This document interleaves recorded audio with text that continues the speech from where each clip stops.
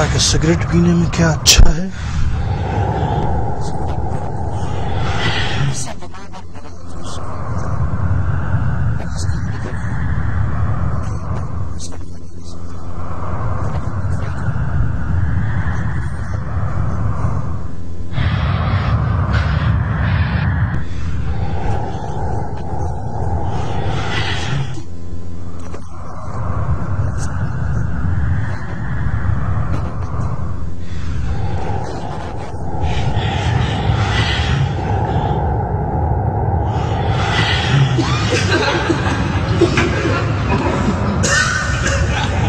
अब से इसकी आदत हो जाएगी।